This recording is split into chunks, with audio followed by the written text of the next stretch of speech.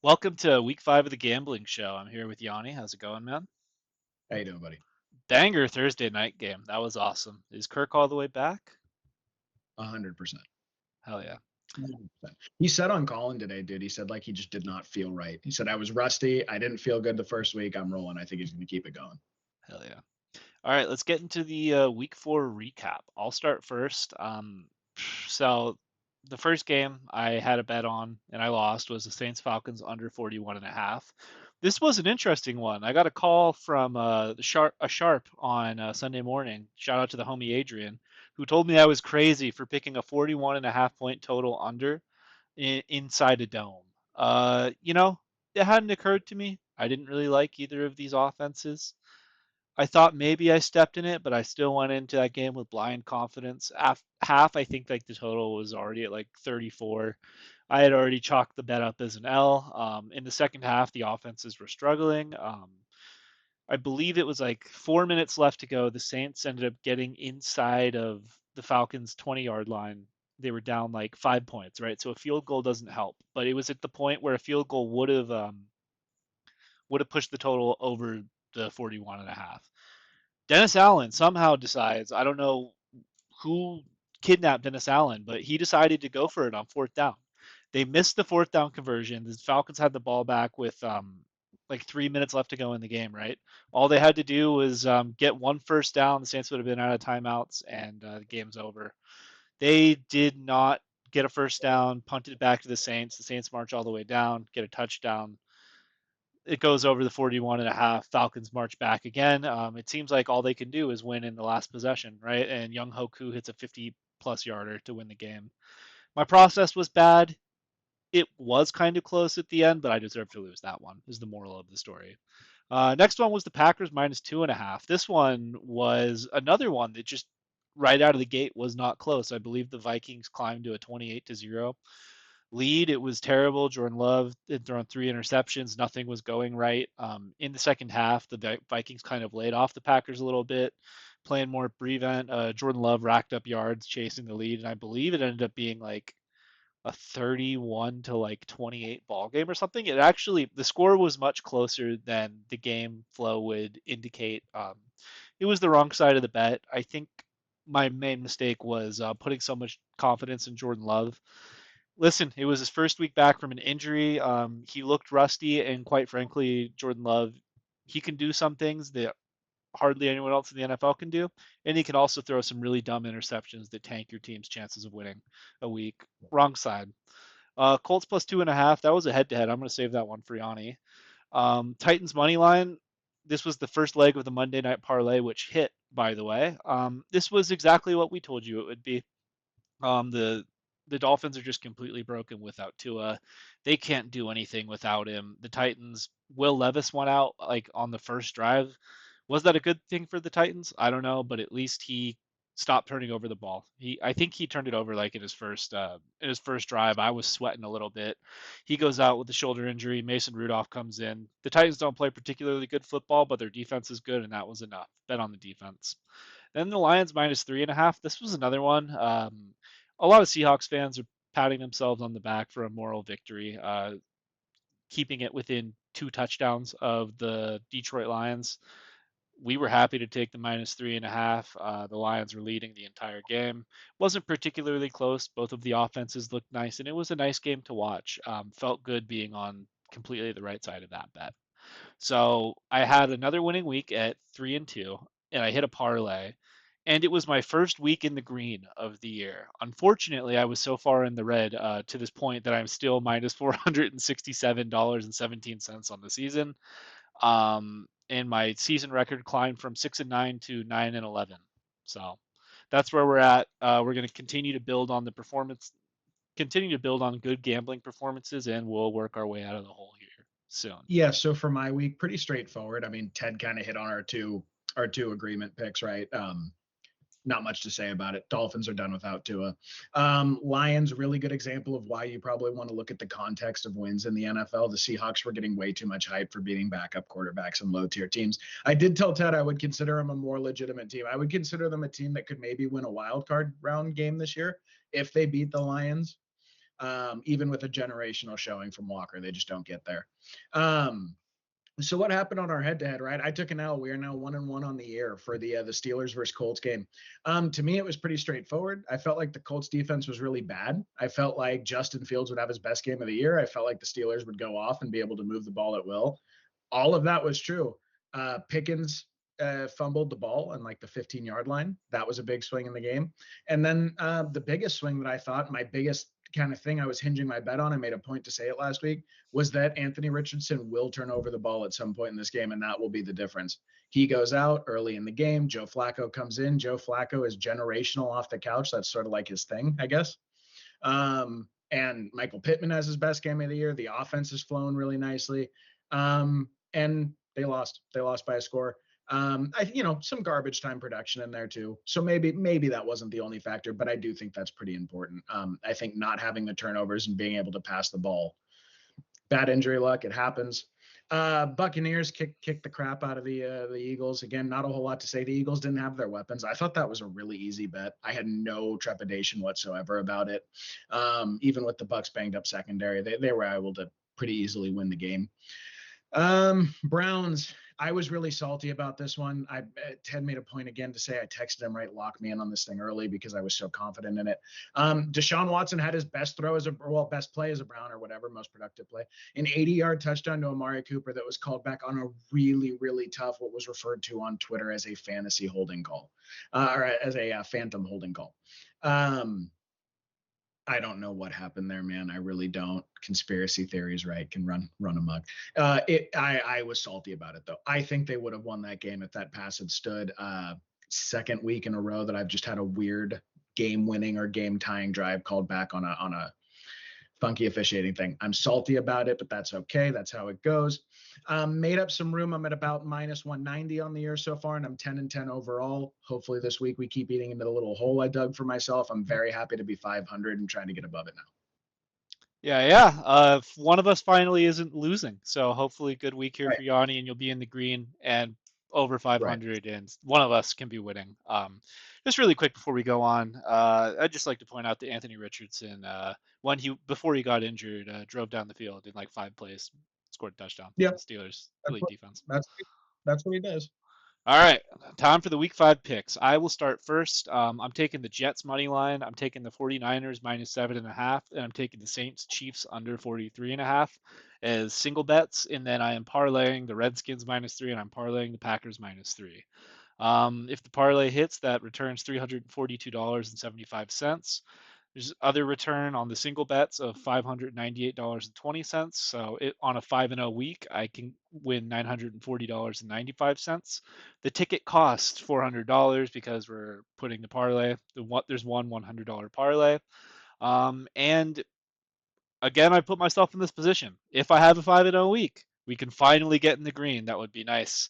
We could get in the green and put our season record over 500. I will say this week, I'm going out on a limb here. I'm making some emotional picks. I'm making some kind of digging my feet in the sand and really believing what I believe picks. I'm bucking a lot of trends. This is probably the least confident I've ever been in a slate of picks in the entire history of the show. It's not a very we haven't been doing this for very long, right? But going out on a limb here. Hope you guys ride with me. I think it's going to be a good one. Okay, I'm taking another head-to-head with Ted, our third one of the year. I'm taking the Vikings over the Jets 2.5, Ravens at minus 2.5 at the Bengals. We're again together on the Skins -3. I'm taking the Seahawks -6.5, and we're together on the Packers -3. Parlaying the Ravens and Skins. So the parlay return is going to be 350. Total potential return is another 560 on top of that for a ticket cost of $400. We'll get into everything later. But yeah, I'm parlaying some risky business there. Apparently, they're two suckers bets based on where the money is. Yep, and I would just like to point out before we continue, this is the second week in a row I'm parlaying both of our consensus picks.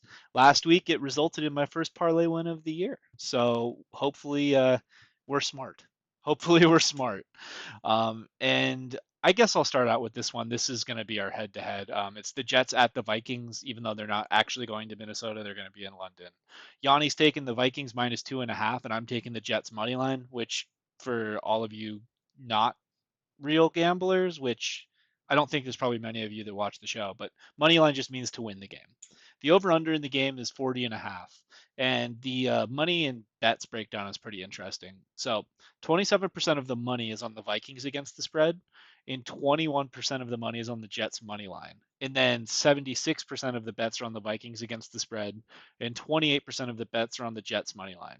So we're seeing two things here. We're seeing a big pros versus Joes split on the Vikings against the spread. That means the big whales are kind of hammering the the Jets here at the plus 2.5 at a much larger dollar amount, and just kind of no one's really betting on the Jets money line. I mean, 28% of people are, but it's definitely a minority. So the public, based on the trends, right? Like the whales and the public don't particularly love either of our sides here. This is our third head-to-head of the year. Series is split 1-1. So this is a big one. I will be up at 6:30 in the morning watching this. Yep. So we'll kind of this is one of the games, right, where a lot of the trends are telling you to bet the Vikings here. I am kind of bucking historical trends and trend betters. Favorites in the London game have an outright record of 21, 11, and 1, so the dogs aren't usually barking across the pond. Sam Darnold in the Vikings offense, they're the last remaining 4-0 team in the NFC. Sam Darnold has 11 touchdown passes. He's like in the conversation right now for MVP. Kevin O'Connell is in like he's far and away the front runner for coach of the year. Everything has gone right for this Vikings team as a whole, right? Like they are definitely the September champions. There's no doubt about that. And on the other side, right, we have the New York Jets coming off a horrible loss against the Broncos last week. It was 10-9 in a monsoon. There was like some weird post-game beef with Robert Saleh and Rodgers. Like Saleh, I believe there were 5 offsides penalties last week against the Broncos. Saleh saying, "Oh yeah, well, we probably have to work on our cadence, right?" And Rodgers, he's known for having a complex cadence. He says, "Oh yeah, well maybe we just need to hold people accountable, right?" There's definitely like a butting of heads that's going on here. The vibes, it's not quite Raiders-ish yet, but the vibes are weird for sure. We've had the clip of Rodgers pushing off Saleh when he tried to give him a hug. It's just kind of funky. It's funky out there in New York. And then we also have Brian Flores and the Vikings D, which apparently is like the steel curtain this year, versus like a Jets offense that only put up 9 points last week. They couldn't score a touchdown. Brees Hall, I believe he had like 9 yards on 10 carries or something. It was like one of those, it looked like a Zach Wilson was quarterbacking your team stat lines. So I mean, and on top of that too, right? Like there is something to be said about a huge coaching mismatch here, right? You have Kevin O'Connell, who I think he's one of the best that's doing it right now. He's got this team just humming, and then you have Robert Saleh, who like people are hating on. He's never really had success. He's butting heads with his star player, his star quarterback. There's a lot of things here that are all telling you to vote or not to vote for the Vikings, to bet on the Vikings here. Just lay the 2.5. I come at you with just a few points, and let me know in the comments if you think I'm stupid. But Aaron Rodgers in his career against the Minnesota Vikings has a 17-11 record. This is not a new team for him to be playing. He came from Green Bay, right? So he's seen these Vikings teams a lot. Brian Flores is known for all of his exotic zone blitzes. Aaron Rodgers is an old dog, man. Like I really do not see Brian Flores being able to trick Aaron Rodgers here. I think at least the way I diagnose this game, right, is the Vikings right now, they're kind of playing as a complete unit. They don't have any real stars on that defensive side. It's just kind of somebody else pops up every week as being the player of the game. I think Rodgers is going to be able to win the chess match here with Brian Flores and be able to just kind of carve apart this Vikings defense. We saw it last week in the second half with Jordan Love. I mean, I think a lot of that was chasing the lead, right? In game flow. That can tend to happen sometimes, but I like the Jets this week. I like Garrett Wilson this week. I like Brees Hall this week. And, you know, I get it. I get it. Saying screw the plus 2.5 points, that's ballsy, man. But I really am selling this Vikings team long term. I don't think they're legitimate. I think regression is coming for them. And the Jets defense is good, right? Like it would not shock me at all if Darnold throws a couple stupid picks. Sauce is going to be matched up with Jefferson. We'll see how that goes. I don't think he'll shut him down, but I mean, it's better than having some bum on JJ, right? So that's why I like the Jets. What do you think, Yanni? I mean, I think that's to me the most rational reason that you're betting the Jets in this game is just to bet that the Vikings aren't what they've been in the first month, and whether it's this game or the next one, the odds of them starting out 6-7-0 seem pretty slim, right? So if you think that this is the game where they revert, I think that's a good bet. But nothing about their on-field product this year makes me think there's any reason to bet the Jets over the Vikings right now. I just don't see. Dude, they just went through Brock Purdy and the Niners, then C.J. Stroud and the Texans, then Jordan Love and the Packers, and the Jets can't even get.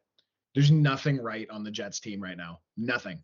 They don't have Brees running efficiently. They don't have Garrett Wilson receiving efficiently.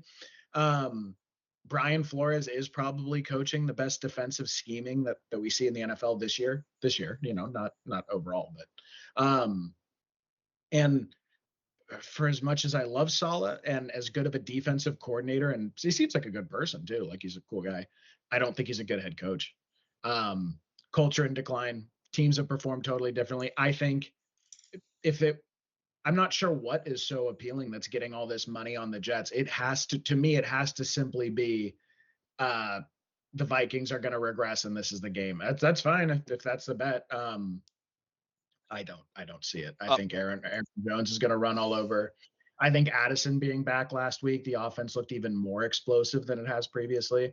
Um, they didn't quite shut down Jaden Reed, but that's kind of weird because he does the reverses and the weird slot work. They did shut down Ayuk. They did shut down uh, Neighbors week one. I think their secondary is pretty solid. I don't know. I'm very comfortable with this bet though. I have no. If it weren't in London, I would feel way better. But to me, the line should be more like 4.5 or 5.5. yeah, and I mean, quite frankly, right? The historical trends are on, they're backing you, right?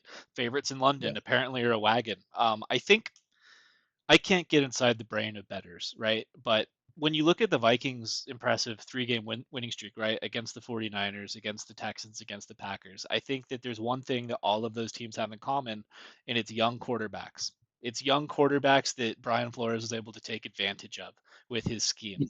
That for me, this is a massive big balls Rogers bet. And full disclosure to the fans, I am from Chico. Aaron Rodgers is like the hometown hero. So am I being a little bit of a homer here and kind of also confirming my biases all at the same time? Yes. But I like it. I think Aaron's going to have a big game here. I'm in. And you know what? When you bet when you bet money line like this, right? Like I think I got this at like plus 120 or something or plus 130. It's like, "Oh, it pays over 2 to 1 if it happens. All they need to do is win the game." I don't think it's off the table. But we'll see. We'll see. I definitely think Yanni's probably the favorite here again too, but Well, we'll see. to quote the great Max Holloway, you're going to win or you're going to learn. That's it. Maybe you're either going to win your bet or you're going to learn a lesson. We'll Let find out next week. listen, if the Vikings just mop the floor with the Jets, right? Say the Vikings win this game by 35 points. Will I Yeah. come back and say that the Vikings are a legitimate team and I believe in them? No, I won't do it. And I think this is the third week out of like 5 weeks that I bet against the Vikings here.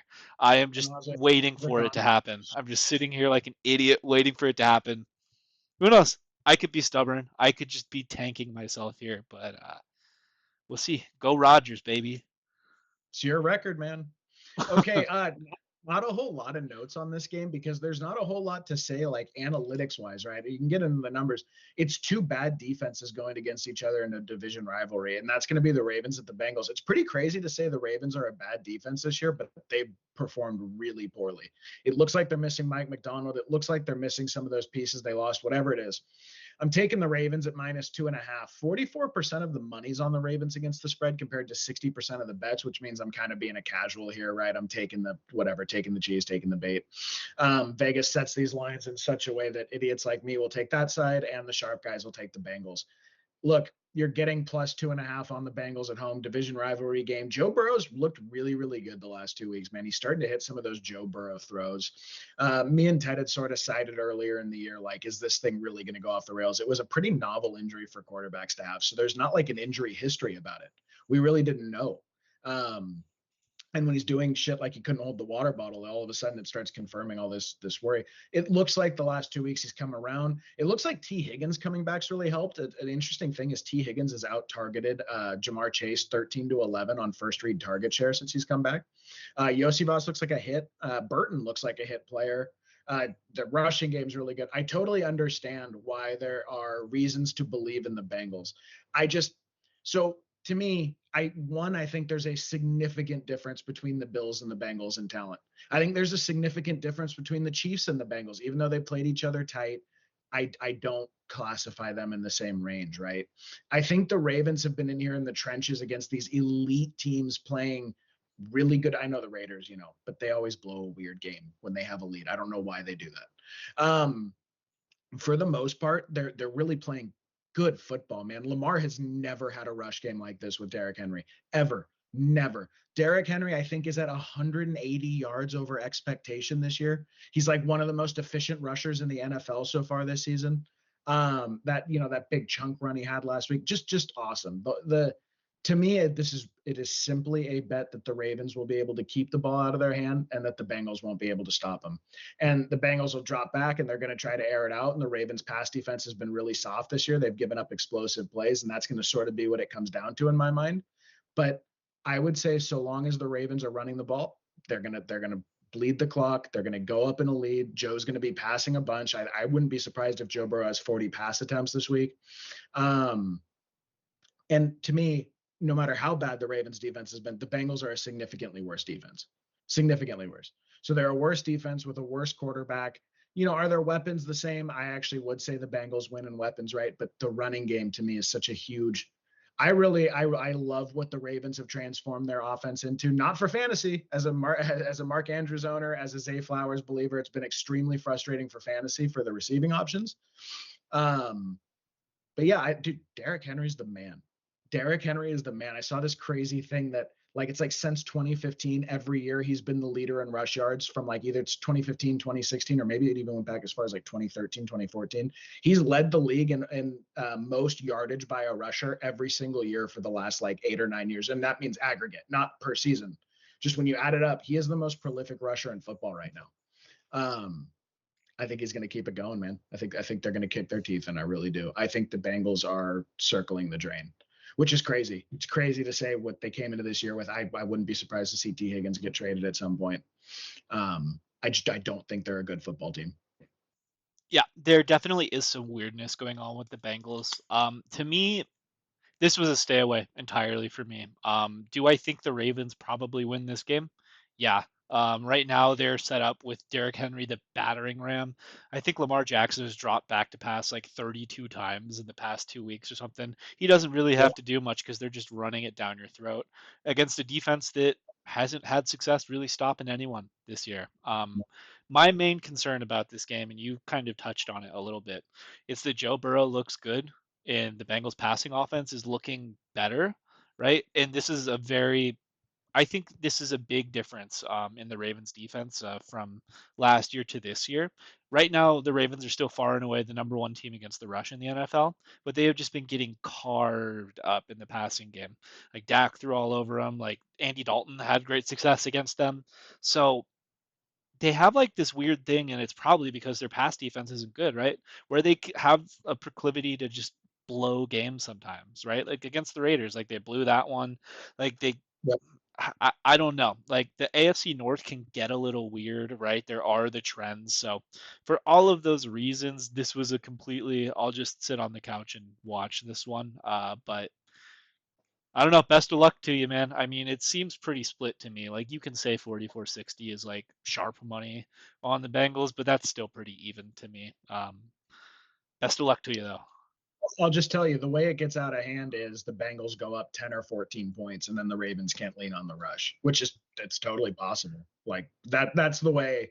To me, that's the path to losing this one. We'll see. I feel good about it. I mean, I don't know. I think Lamar could still throw. drop back and pass if he needs to. Like I don't think the Ravens running so much frequently is like a Lamar Jackson hater thing or anything. I just think they're like, yeah, let's just use Derrick Henry, right? Like, got a Why wouldn't 31-year-old freak back there, muscle dude? If bound you're if freak.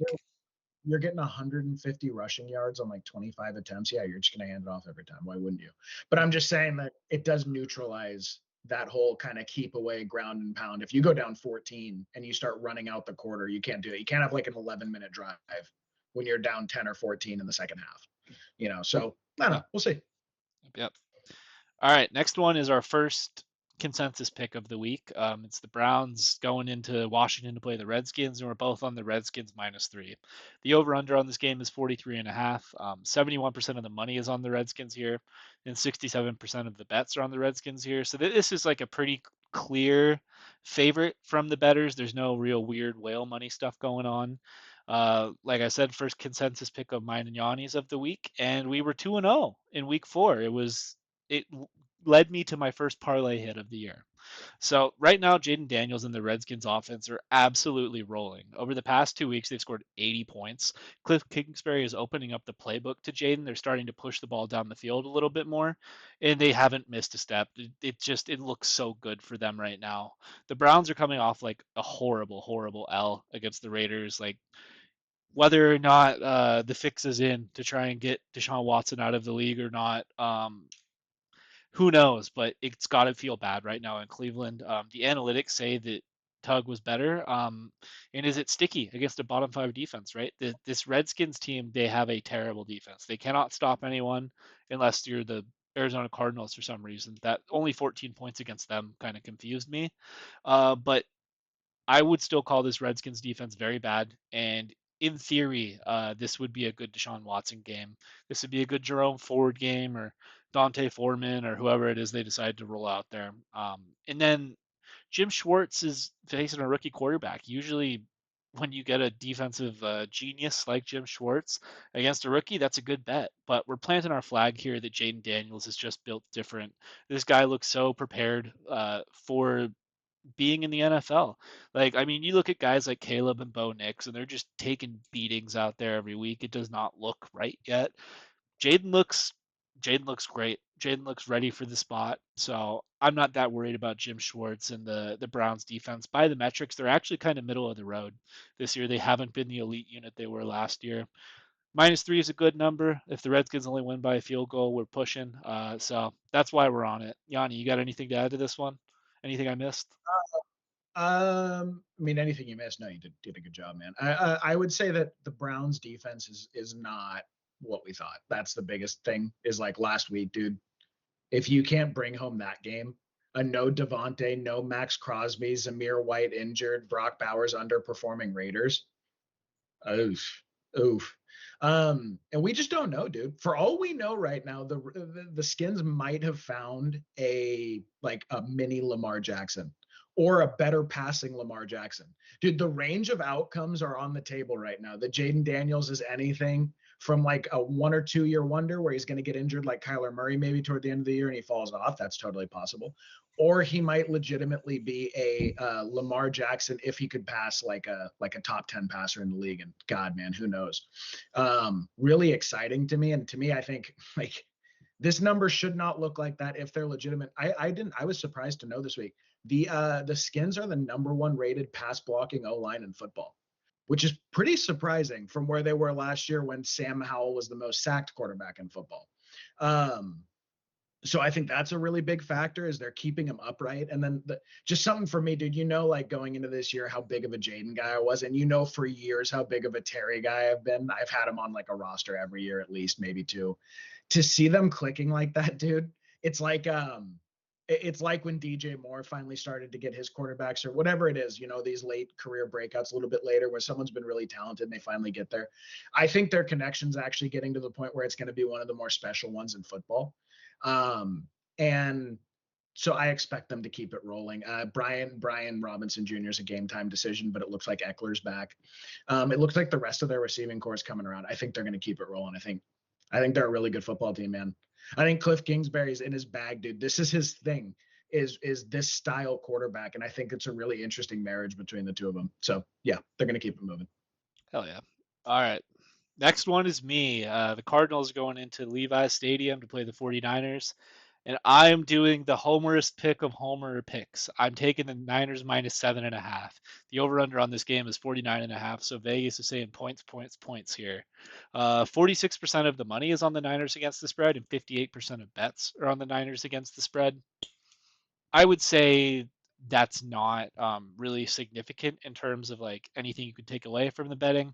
Maybe a couple more big betters are on the Cardinals here, but it's not significant. Um, the trends are not good for me here. Historically, teams that were blown out the previous week and huge divisional dogs typically cover, right? These teams usually when you get blown out, right? It's a whole issue at practice that week. You usually bounce back, and divisional teams play each other all the time, right? These teams see each other twice a year. Kyler Murray is back. The Niners have looked weird. I get it. Like this might be a stooge bet. We'll see.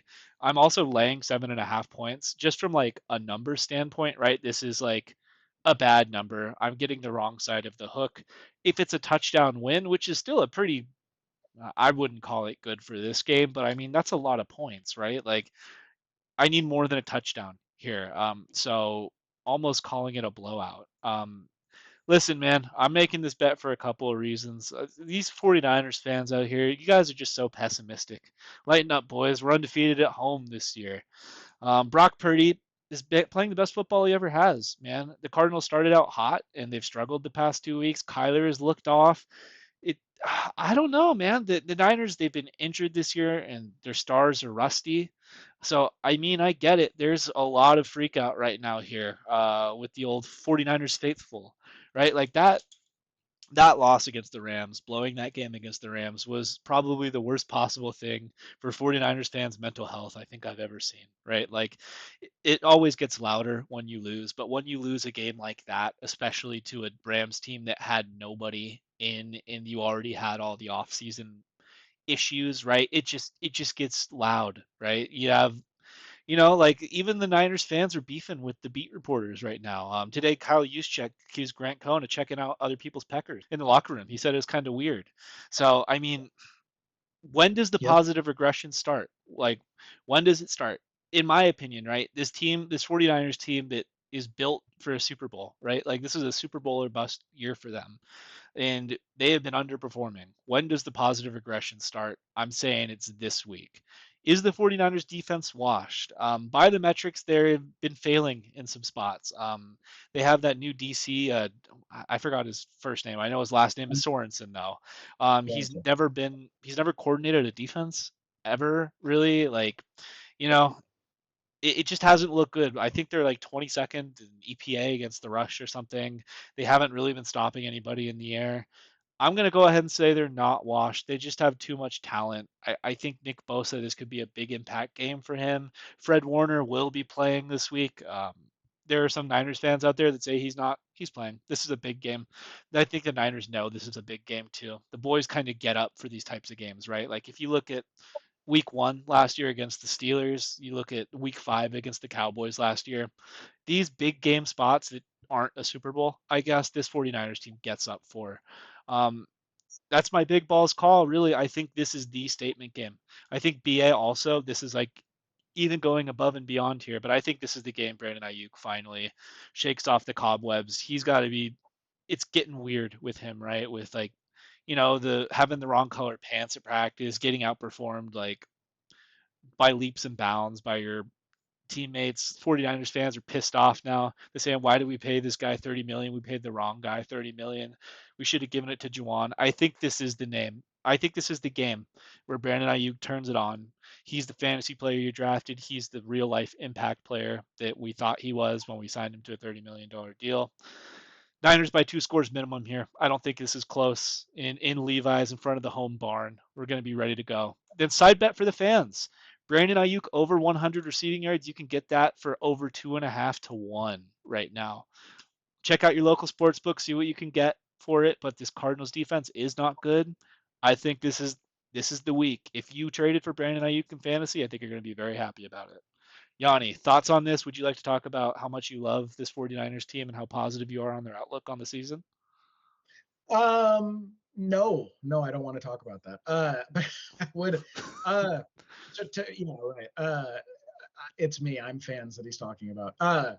So I would say, right, I think the story of the Niners season that's not getting the national media coverage, and I don't know why, is that Brock Purdy's ascension as a player is what's actually carried this team so far this year. And Jordan Mason too, right? He's rushing the ball really well, but he can't do that unless Brock's doing his job, right? Brock is the antecedent to the rushing game, in a lot of ways. So to me, like that's the biggest story of the Niners year, dude, is Brock Purdy ascending to the point where he's going to be like the next generation's Drew Brees. I think it's on the table. I think it's for sure on the table. When you start like leading the league in passer rating of explosive rush or passing, like 20 yards down the field, and when you have the highest ever QBR through your first, I forget how many starts it was it 25 starts or no, he's started more than 25 games. Whatever it was, he's leading. He set the record. Maybe it's your first 50 starts. He set the record for QBR through how your first however many starts. He beat Mahomes by 0.1. When you're doing that stuff, you're doing the really special things. For me, this is just 7.5 for a division rival. The Cardinals play really hard when they play the Niners, man. And I think Marvin Harrison Jr. is going to be a problem. They can't put Lenore on him, so he's going to sit there and feast on those outside corners. I know the Niners are switching to Renardo Green starting this week, so that's sort of interesting. I don't think Fred's going to be 100% even if he goes. So I think Kyler's going to rush a little bit. It's just a number thing for me. I do think the Niners will win. You don't think Mooney could shut down Marvin Harrison? Marvin Harrison, Mooney, Mooney's not healthy, dude. It's not since those hamstring things. He's just not right. And I think he'll get healthy. I don't think he's healthy right now, dude. He's really bad, like really, really bad on a man-to-man basis. He is not what he was last year. But I think he's playing through a hamstring. Remember in the Rams game, he was almost ruled out before. mm-hmm. So I think it's more a health thing, but he's been getting eaten alive in coverage, dude.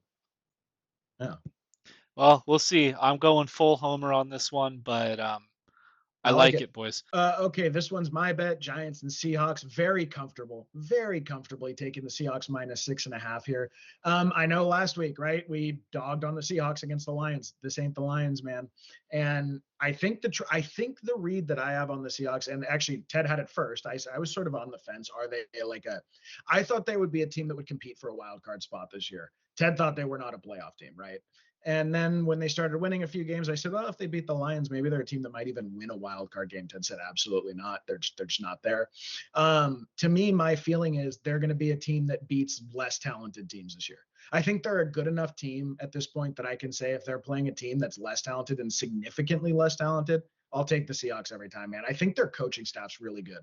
I think their OC knows what he's doing, and I think obviously Mike McDaniel, the defensive scheme is my favorite scheme in the NFL for defense.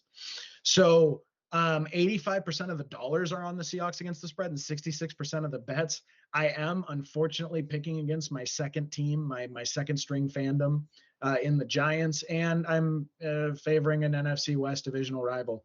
Doesn't feel great, but you have to be rational about these things. And a touchdown to me, you know, and this is why no Neighbors and no Singletary. Neighbors has been ruled out. Singletary's doubtful. They're not going to go. And to me, like when you look at their offensive production this year, whether that's in points, whether that's in yards, whether that's in air yards, target share, whatever, Wandale is not getting it done, dude. Wandale might have 22 catches for like 68 yards this week. That's totally possible. Like in full PPR, he might get you there, right? But that's not football production, dude. And I like Tracy Jr. I think he's a good player, but yeah, yeah. And this is not the Jared Goff and Lions run game. I think Neighbors has been a force multiplier that has hid the absolute pile of garbage that is Daniel Jones's quarterback play, right? And I think we're going to see it this week. Now, Daniel's played a lot better. I think it's going to be bad, man. And then, so are we believers in this Hawks offense? Look, as far as the personnel, maybe you want to say that the captain of the ship is not ideal in Geno Smith, and he's not ideal, but he's somewhere, 15 to 20th quarterback in football. He's certainly not in the bottom third of the league in quarterback. And then there are times when he's in the top third of the league per week, right? Kenneth Walker looks like he might really have found his groove with this team. They said in the beginning of the year, and one of the reasons I was so bullish on Kenneth Walker is they said they view him as a true 3-down back and be a game breaking back. They view him as the kind of guy that goes out there and wins games for your team. And he has, I believe, 50 half PPR fantasy points in 2 games that he started for the Seahawks. So he currently, on a points per game basis, is pushing for the running back one overall. And I know fantasy production and NFL production aren't exactly the same, but they are very similar. Um, so to me, I don't think they're going to stop the run. Their primary corner has been horrible against teams' number one receivers, and you have DK having a career year too. Again, all tied into the scheme. Jackson Smith and Jigba currently leads the league in targets without a touchdown. I expect that to change this week. I think he does get his first touchdown this week. Um, whatever you think of the quarterback, whatever you think of their odds against premium teams, I think the Niners will shellac them twice this year. Whatever you think of all that, this is not that game. This is a game where DK and Kenneth Walker are going to get their numbers. It's a game where JSN is going to come in and hurt them. It's a game where Gino's going to look really efficient, a nice, 65, 70%, 2 touchdown, maybe 3 touchdown game. And it should be one where the defense pretty comfortably can tee off on Daniel Jones, get a 7, get a 10-point lead, cut the pass rushers loose. Their rusher's gone. Their wide receiver one's gone. Slaughter. Absolute slaughter. Yeah, well, listen, I wouldn't bet this game just based on principle. Just based on principle. I've already bet the Seahawks once this year against the Patriots. They were only 3.5 point favorites. They couldn't cover that, right? They've already burned me. I already don't like them. If you guys have watched the head coach episode this week, I was not very nice to Seahawks fans or their team. But listen, man, Neighbors has changed the dynamic of this New York Giants football team. Without him in there, it's tough. Yeah. It's tough. You're rocking with like Darius Slayton and Wandale Robinson with a quarterback that's not going to be able to carry them, I don't think. Um, so we'll see. I know that the Giants' defensive line is actually pretty good. They rank near the top of the league in terms of like rushing success and stopping the run, that sort of thing. We'll see what happens because I mean the Seahawks offensive line is not very good, right? So like in theory the Giants win that battle on the trenches, but when you have a guy like Ken Walker, we saw it on Monday, right? Like even if you're just getting blown up half the time in the backfield, like he has the speed. If he breaks one off, he could just bring it. It could be a house call. So yeah, I think you're on the right side here. I am not looking forward to Seahawks fans saying they're 4-1 and good again. They have very short memories. And they will. They will. No. All right. Next is our second consensus pick of the week. The Packers are going into LA to play the Rams, and we're both on the Packers -3 here. The over/under is 48.5. 37% of the money is on the Packers, and 54% of bets are on the Packers. So 37 and 54 split means we're kind of against the sharp money here, and this is our second consensus of the week, like I had said. So I got to be honest, man. I think we're stepping in one here. I think we're stepping in one. This is one of those games where, based on everything that I know about football, everything that I think I know about at least what this Green Bay Packers team is and what this Rams team currently is, this number seems way too low to me. It seems way too obvious. I mean, there have been huge, huge big time sharps that are coming out and telling everyone who will listen to not bet the Packers here. You have big time sharps telling people bet the Rams, put big money on it. So, I mean, we're bucking the trends, but listen, we're not just another gambling show. You know what I mean? We're not just the same guys, and we're going to make picks based on what we think makes sense. And I think the sharps may be out thinking the room on this one. Jordan Love is back, and he had a rough first outing against the Vikings through 3 picks. It was not pretty, but I mean, it was his first week back from his knee injury. He has another week to heal, and the Rams defense hasn't been able to stop anyone yet. I don't see why Jordan Love, the modern day Brett Favre gunslinger type of dude, I don't see why he wouldn't be able to throw it all over this Rams team. I don't see how they're going to stop Josh Jacobs. I don't see how they're going to stop anything. The Rams are 1-4. All of their stars are injured, and the season feels over for them. So it's like we're betting on the team that's their little green arrow, even though they lost to the Vikings last week. It turns out they're the September champions, so nobody cares. Their green arrow is pointing up right now. They're trending in the right direction. They got their stud back. Everything's feeling okay there. And for the Rams, it's just like doom and gloom. If they hadn't won that game against the Niners, they would be 0-5 right now. It's just two entirely different trajectories. We're taking the plus side here. Yeah, Yanni, do you think this is bait? Are you as confident in this one, or are you sweating like me? dude, I don't understand the bait thing. Like, uh, I don't. That's crazy to me. If someone's gonna tell me there's a secret that the Rams are hiding, I don't fuck it. What secret? What are they doing? There's no. They're going to roll out there, and it's going to come down to one thing and one thing alone. Can they run the ball 30 times with Kyron Williams this week?